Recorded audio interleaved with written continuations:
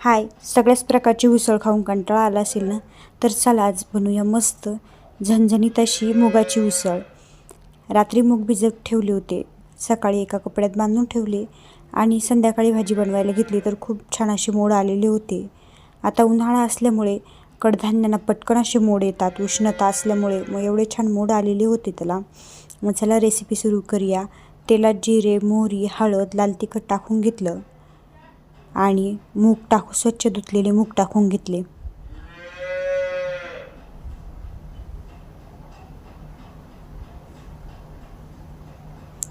वरतून kitchen king मसाला आणि तरी येण्यासाठी परत थोडंसं लाल तिखट टाकलं. तेलात टाकल्यामुळे जळतं मग म्हणून त्याच्यामुळे वरून टाकलं आणि ही उसळ चांगली मिक्स करून घेतली.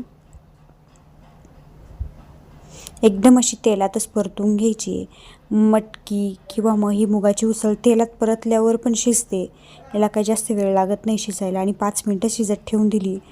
5 मिनटानंतर शिजल्यानंतर बघितली तर त्याच्यात आपल्याला वाटण तयार करून घ्यायचे. त्याच्यासाठी लसूण आणि शेंगदाणे टाकायचे, कारण आपण मिरची लाल तिखट टाकली होती. याचं पातळ वाटण करून आपल्या मुगाच्या उसळीत टाकून द्यायचे. तयार आहे आपली भाजी.